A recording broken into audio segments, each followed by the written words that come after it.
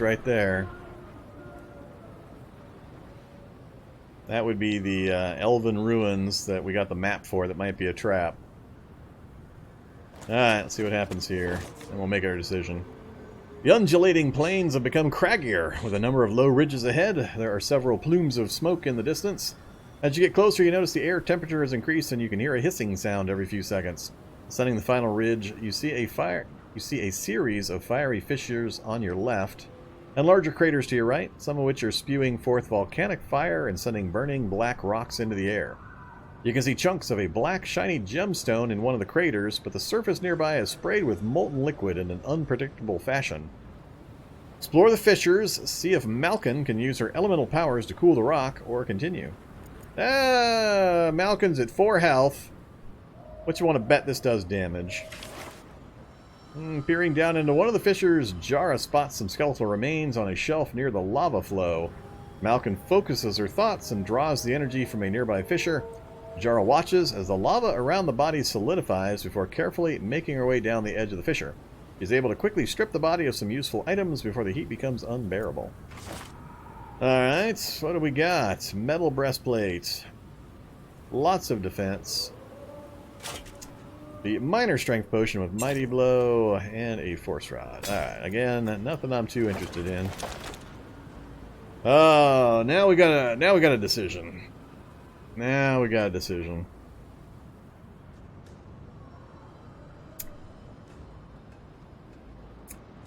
I can almost guarantee this is going to be a fight, and I really, really can't afford a fight right now.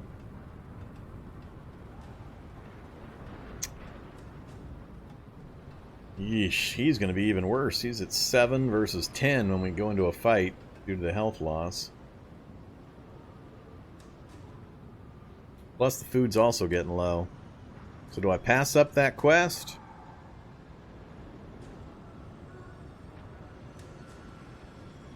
I think I'm going to pass it up. I don't think I can afford it. Especially with nothing else in sight. We're about to get to the tired status. Well, now we're down to 0.9 food. About to hit tired right before we go into an encounter. Lots of encounters, and we're tired. Oh, it's the bucket. You see the remains of a giant column. The base is formed of many neatly arranged stone blocks, but the top surface is a small, messy mound of honey-colored bricks. You think you can see something glinting in a gap between 2 of the bricks. You try to dislodge one brick, but to your surprise, it falls into some kind of cavity. It's only when you hear a loud sploshing sound a few seconds later that you realize it's actually an ancient well, not a column. You clear your way around the mound of bricks from the top. They are resting on 2 large wooden beams which span the diameter of the well and cross in the center. Beneath it is a remarkably well-preserved rope and metal bucket attached to a pulley. In order to lower the bucket, though, you must climb down onto the wooden beams. Yeah, sure. Malkin tentatively places one foot on one beam, then the other foot on the other beam. It doesn't seem to move, so she begins to lower the bucket. It eventually strikes the surface of the water, which she can't see very well. A dark cloud moves overhead, so you're not able to see what's in the bucket as you pull it up. It looks like fresh water, but there's no way you can be sure. Food! Food! Alright, 4 food. That helps a lot. But, man, herbs are scarce. I haven't seen herbs in a while. Alright. We've got to take the chance to rest. It'll get us a tiny bit of healing. Rest away. And I'm going to rest again. We're going to rest twice. Break camp. Alright, let's hit this one. And a fight. A group of charred ambush you as you move out of the forest. How many? Oh, man. Oh, it's all archers. I'm going to get killed. Oh, man. Earth grab. Earth grab to the rescue. Earth grab wins. And I've got Rally Earth Grab, even better. It's basically almost a free Earth Grab. And Force Field. So, only these 2 guys can currently see my Enchantress. Same 2, and only 1 guy.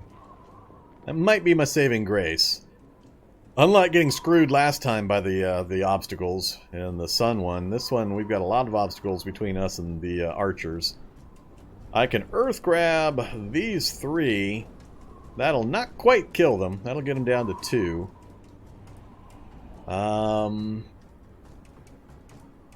We've got signal shot for 4. Flare. Gonna give an additional damage. Signal shot's not quite enough on its own, but I can also do that. So I can actually kill that guy with 2 points. So we can take aim, that's going to give me +1. We can flare, which means he's going to take an additional, and we can signal shot. That'll do 6 damage, and it'll activate these 2 so I can relocate them. Get them out of the line of fire of that other guy. Then we're going to Earth Grab for pretty much all the rest of it. So I think I'm just going to end up using... Oh, nice. Once again, he got all of his movement cards right up front. Well, both of them. He doesn't have a lot. Ooh, I'm going to have to think about this, actually. If he only had an attack option right now, I could do advance, challenging stride, 1, 2, 3, 1, 2.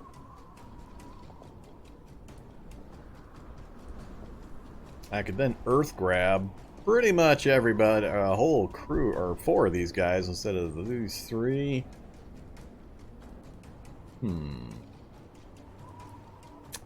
Hey, Crystal Pepsi. Yeah, it's a really cool game. I like it a lot.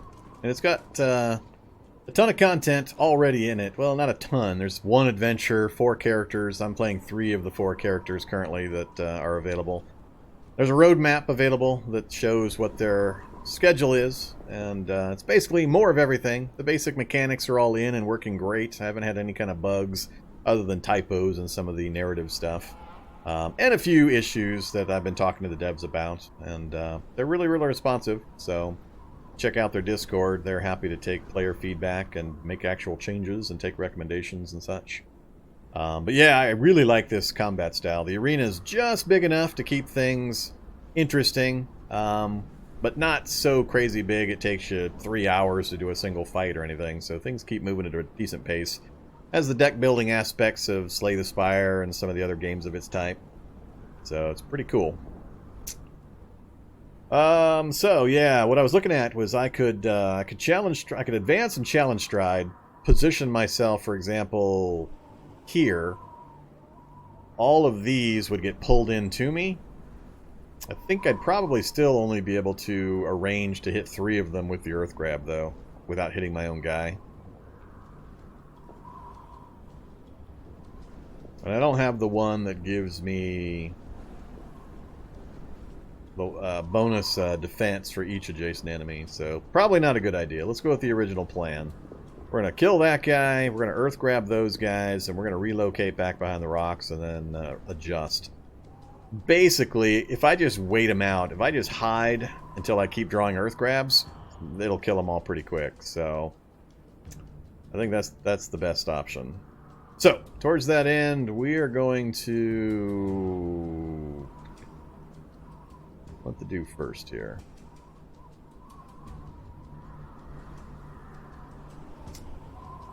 I'd love to expose more, but I can't get more than 1 unless I go up there, and I'm not going to be hitting them. Well, actually, wait a minute. Flare. Oh, Flare does magic damage. Damn it, still not quite enough. 1 additional. That'll do 5 out of 6 with the Earth Grab. So close. Just about eliminate 3 of those guys in the first round. But I need that point to kill that guy. Alright, we'll do the freebie. Put the flare on that guy. I hate to toss all of his movement cards. I'm gonna get rid of Goad. We're gonna rally. That gets me mana. We're gonna Earth Grab those 3. Then we are going to like to keep the force field. Maybe I will. No, I can't get both the signal shot and the force field out no matter what. I'll only have 3 points.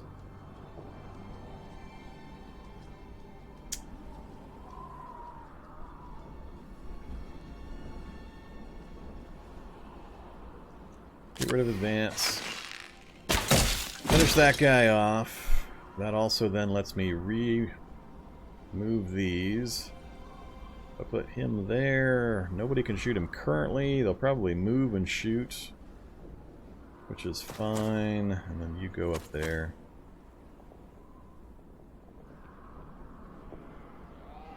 Alright. Hopefully next turn we can use the challenging stride to forcefully move these guys to a more advantageous arrangement, and then I'm hoping to get another Earth Grab, and I may... Oh, we're up to 5 redraws. I may just cycle the deck, getting one of my other Earth Grabs to finish off as many as I can at once. I was hoping to get the force field out, because I'm almost guaranteed they're gonna move and fire. And I don't have any protection out. Oh well. Yep. Sleep dart. What the hell's a sleep dart? Shuffle a fatigue card into my deck, huh? Alright, that looked a little weird. Okay, boyos. I did not get my other Earth Grab. I got no ranged useful up here. I could do walk and then get a cheap Bone Wolf out, which is not inconsequential.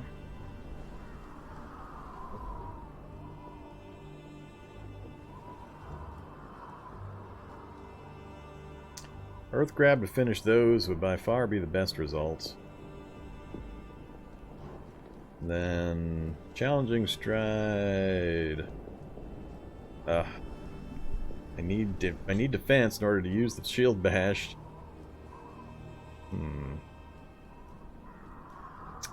Like a force field and a shield bash. What to do? What to do? I really want my Earth Grab. Do I put up the force field first is the question. And will I have points to do everything else I want to do if I don't?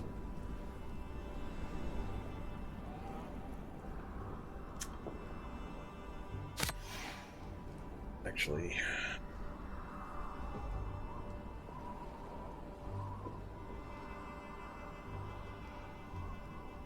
Alright, get rid of that. If I were to walk, if I went to there, I believe I could put... I can't quite get the dog into that range, but I'm going to try to Earth Grab those to death anyway. If I came down this way, I could put the dog pretty much in their face. Let's plan on doing that. Oops. That way. Then Bone Wolf. Let's see. I think that's going to block line of sight to the lower guy to both of these characters.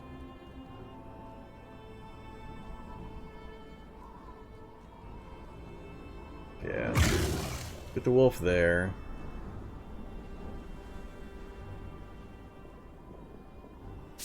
Get rid of that.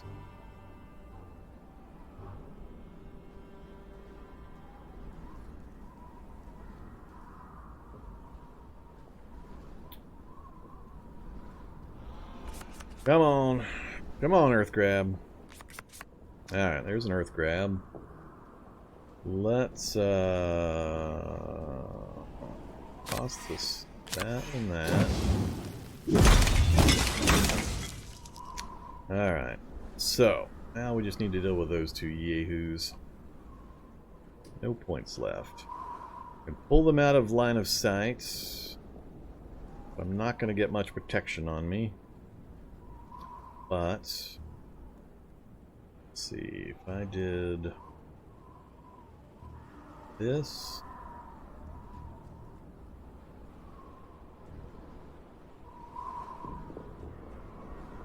Actually, if I did this, that would pull them possibly adjacent to the dog.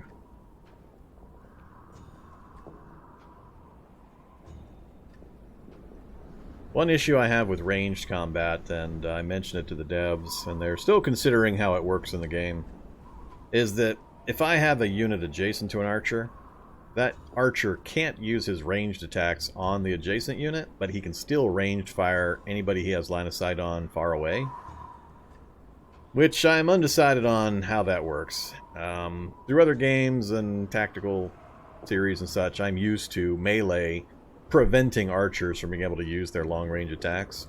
So my mind keeps telling me or thinking that if I get the doggy next to this guy, like here, he's not going to be able to range attack me. But that's not the way it works currently. If I put the dog here, he would still get to range fire any one of these three people.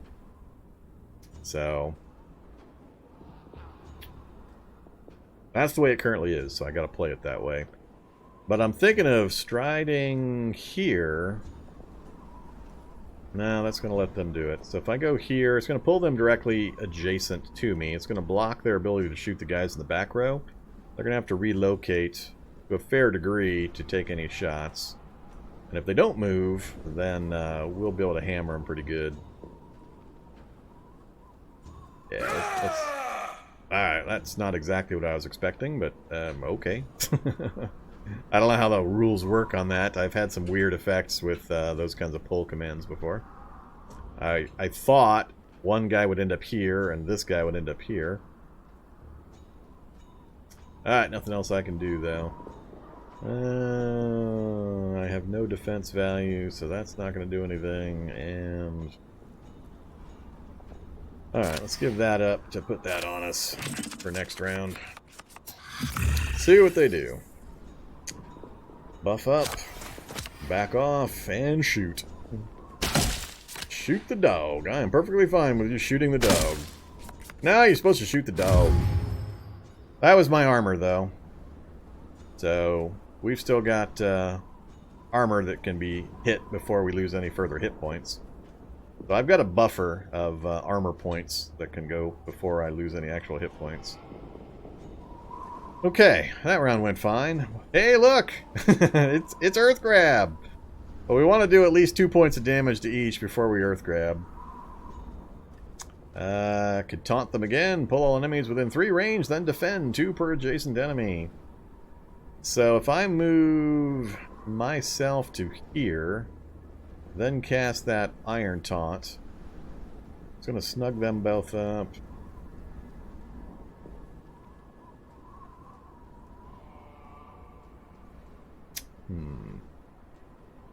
Got no damage on the warrior. Dog can either move or attack, but I can't move him and then attack, so I can't get him in to do damage unless I move adjacent and then shoot. So I can guarantee kill this guy just by moving the dog up here, shooting. So how can I get... I think I'm going to redraw here. Measured blow will do it. 2 points of damage. All I need is 2 points of damage. Alright, so I need snapshot, I need measured blow, and I need the earth grab, and I've got the rally. Alright, so we're going to rally. We're going to bring the dog up. We're going to get rid of shockwave, move him adjacent. Then we are going to get rid of defend. We're going to measured blow. We're going to earth grab. Whoops, nope, not quite yet. We're going to snapshot you. Get rid of that, and goodbye. Alright, that was worth it. We got some level up, we got some food. Still no herbs. What is up with the herbs? Damn, this game's chintzy with the herbs. Fighter or hunter? Let's do hunter. Alright. I do like the Bone Wolf, but it's expensive, but I've got cards that let me mitigate that cost, so I'm really thinking about getting a second Bone Wolf to go along with the 2 Earth Grabs. It gives me a lot of blocking options, a lot of extra damage options. I'm going to stay away from Deadeye, much as I'd... well...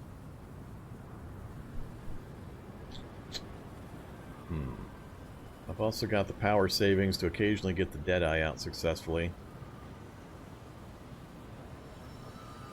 I'm afraid to get rid of Swipe. I need some kind of melee attack.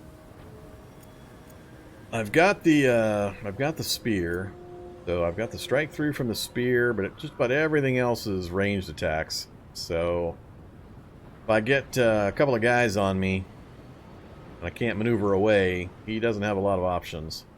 I'm afraid to switch out the swipe.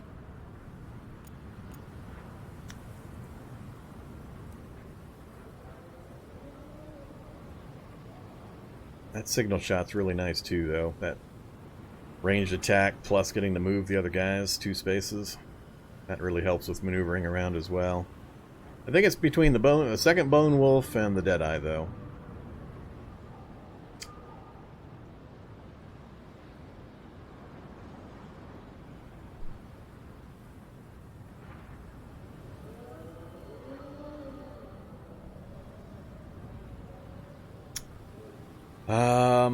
Let's go Bone Wolf and get rid of the swipe. I know I'm going to regret that. Alright, we're fresh, we're hammered hit point wise, we got our main quest, we're getting pretty close to, I think, so the problem I'm going to run into is we're going to run out of adventure locations. Once we get near our quest, I won't have the food to kind of go roaming around looking for other adventures, most likely. I'll just have to dive right in. And doing so with really low hit points is I really don't want to do that. I wonder if, is this that unending, no, the unending lake wasn't that on the other playthrough? Oh, yep, there's our final quest right there. So we got 2 locations here. We know we've got our spike-back delivery. So let's go down here first. Well, there's another one, so we might get some opportunities. You approach 2 gigantic rocks. One is upright and the other is toppled over, covered in scorch marks. As you get closer, you realize the fallen rock has crushed an old tower and cleaved a crevice in the ground that looks large enough to climb into. Suddenly, a young, slightly bumbling human emerges through the crevice, begins to speak, but then trips over. She tries to speak again, but is rather hampered by a mouthful of earth. She seems relieved to see you and tells you that her master, a mage, has been in the tower when the Aurora Storm struck the rock which toppled over. Yeah, we've seen this one. I can offer to help her. She's going to join us. Which one was she? She's not the mend one. I can't remember what she did, but I think I'd rather pick through the remains of the tower this time. You ignore the protests of the young apprentice with the combined lifting power of the 3 of you. You manage to locate the mage's body and several items of value. Alright, so a crude sling sucks, metal axe, and the demon skull provides demonic pact and eldritch grasp. So the demonic pact, 0 cost power, I like that part. All attacks deal +1 damage and gain 1 willpower at the start of every turn, but take 2 magic damage at the start of your turn. Now that looks like damage I would be able to protect against. Just standard magic damage. So as long as I was able to continuously put up protection, I think I could ward off the 2 points. And it's a 0 cost power that has 6 resilience, meaning I'd have to get hit for 6 points. What is the red 1 up in the top left corner mean? Does that just mean it has a negative effect? I'm not sure what that negative, that 1 in the up top right mean. Oh, it means attack power +1. It gives +1 damage. That must be what that means. The little sword icon with a 1 on it. I'm gonna guess that that's what it means. So +1 damage from all attacks from this character, and gain a willpower at the start of the turn for the cost of 2 magic damage. Then the Eldritch Grasp costs 2, it's an action, magic attack of 2, and push the target in a random direction. Any damage bonus counts double. So Demonic Pact bonus would count double, and anything else I have that increases bonuses. That feels like a card you'd have to kind of build the deck around pretty specifically, these bonuses, to ratchet them up. 2 points for a 2 attack, 1-to-1 ratio is pretty bad ratio. The push, could be helpful. I mean, if they're up in your face, but that's I don't like the cost ratio on that one. The circumstances where it would be useful is going to be fairly small in both the regards of the push being useful and having already some damage bonus that might take advantage of it. So I think the circumstances where it actually get used, unless you got it early and kind of tailored a deck around it, I don't think that's something I would use. The Demonic Pact I kind of like, but problem there being it's going to dilute my deck out. I'd have to use the Skull. Definitely not getting rid of that one. Skull could go there. I haven't gotten really to use the Stalk or the Stab lately, so I wouldn't be too unhappy. I'd be trading Stalk Stab for Demonic Pact and Eldritch Grasp. Alright, I'm willing to do that. Plus, it looks cool. Alright, Malkin. You're starting to rock some pretty cool stuff. Hopefully it's enough. I'm just really, really unhappy with our hit point situation. Okay. Yeah. So, are we going to go there, there, there, and then kind of wander back?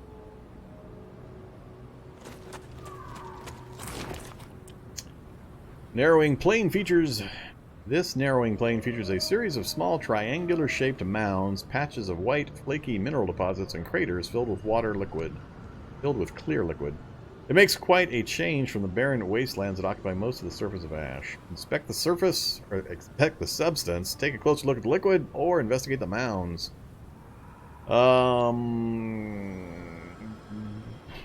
Why do I think the mounds might be some kind of an enemy buried underground that's going to pop up and try to eat me?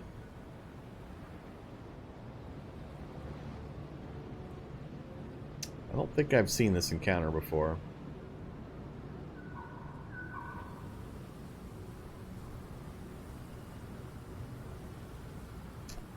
Let's look at the liquid. Looks like one of the rocks at the bottom of the pool is a gold tin, so Jara reaches in to grab it. After a few seconds, she lets out a cry of pain. The water is not hot, but something corrosive is burning her skin. Oh, lovely. More free damage.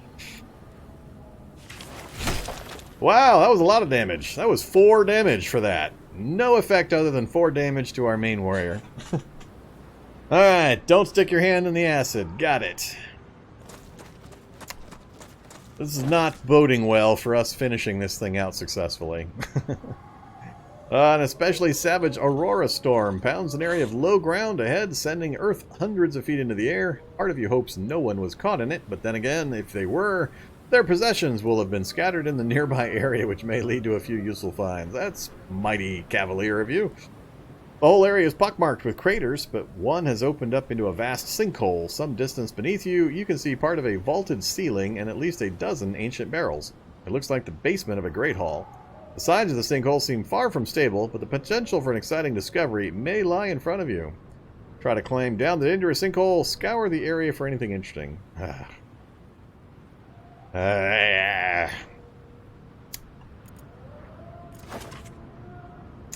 way down is easy enough, and Jara slides to the bottom. The way back up looks like it will be a different matter, however.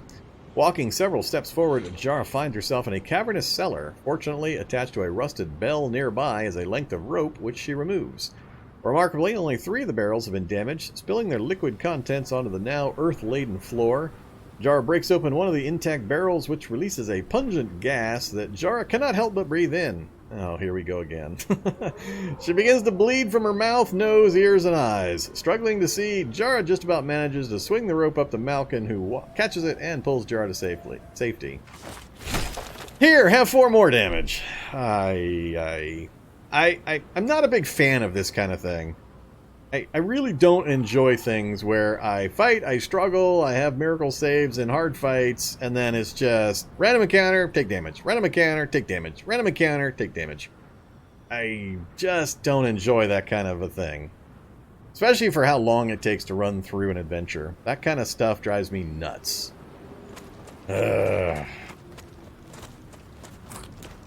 And we have no other options. Now we're massively hindered on our hit points. And this is the last thing. Fight your way through, hand over the package. So I got to fight here. Then again, I'm going to have a fight at the town. And I got nothing in between to heal. I got no herbs. Yeah, we're pretty much done. Assuming we even make it through this fight, if I do it. I know the next fight's going to cremate me. Alright, as you approach the rattling town, you are ambushed by a group of well-armed humans. The leader demands you hand over the package you've been asked to deliver, claiming that it was stolen from her group. She offers no reward, but promises a swift death if you do not give up the package. So, this... God. I can't afford the fight. I think the chances I'm going to get any healing out of this is almost nil. I've already got enough food to make it to the final town. So food is useless. I really don't think I'm going to get any herbs. The only thing I might get is a level up.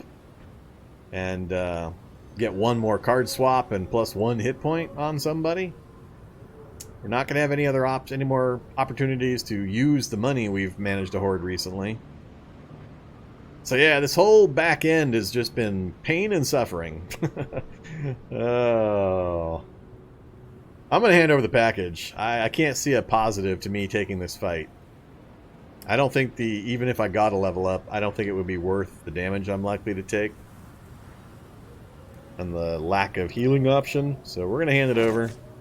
Not wanting trouble, you hand over the package and continue into town empty-handed.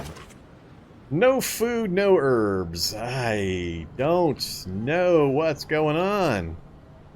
No healing opportunities whatsoever, other than squatting in a town and eating food, which you can't afford to do. I have balance issues. Balance issues, I tell you.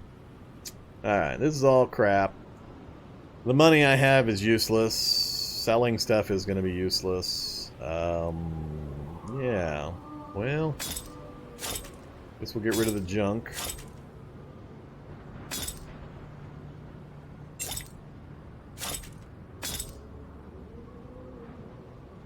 Oh, can't sell more than they can hold, apparently. Alright. Didn't realize that was an issue. So yeah, I haven't been able to use any of my money this entire third act of this adventure. We haven't seen a single hint of a healing herb. We've had multiple random events just hammer away at our hit points. Not good. Not good. Alright, well, we're done there. I can't take the chance with our limited food supply to go wandering off. There's very little likelihood I'd find anything new. I've already been out this direction. So I gotta go straight to the town. So my only option that I can think of is I can bed down for a couple of days to get 2 or 3 hit points back. And then run straight at the final fight. I got no injuries to heal, which is good, but man, this low hit points is going to be my doom. Crafting is not going to help me. None of the items available are better than what I've already got. So yeah, it's just pretty much bed down for... I think I can get there in the 0.7, so that'd give me 4 opportunities to sleep. So that's going to give me 4 hit points per. So we'll be at 12 out of 17, 9 out of 16, and 10 out of 17. It's a little over half. We'll be at about 60% health when we head in. So, rest, rest, rest, rest. Day 27, break camp. Alright, here we go. Hopefully we get there. 0.3. Whoops, nope. I guessed wrong. There goes one of our hit points. I should have saved one of those. Please let me get in before I lose another hit point. That'll really suck if I rested 4 times and I lose 2 of them on getting over here. Alright, we made it without losing another one. Everyone's step begins to quicken as you recognize the familiar terrain around your home. The journey has been long, but will soon be over. Yeah, it'll be over, alright. Oh, this innocuous green continue button. You mock me, green continue button. I feel mocked. The party's excitement is short-lived as Malkin spots a large plume of smoke rising up from the hills ahead. You all rush forward and suddenly a huge dragon flies up into the sky ahead. It pivots in the air and dives back down, blue fire erupting from its mouth. The dragon's laying waste to the town, and many voiders have already died fending off the beast. The remaining warriors are huddled in the larger structures trying to keep the people safe.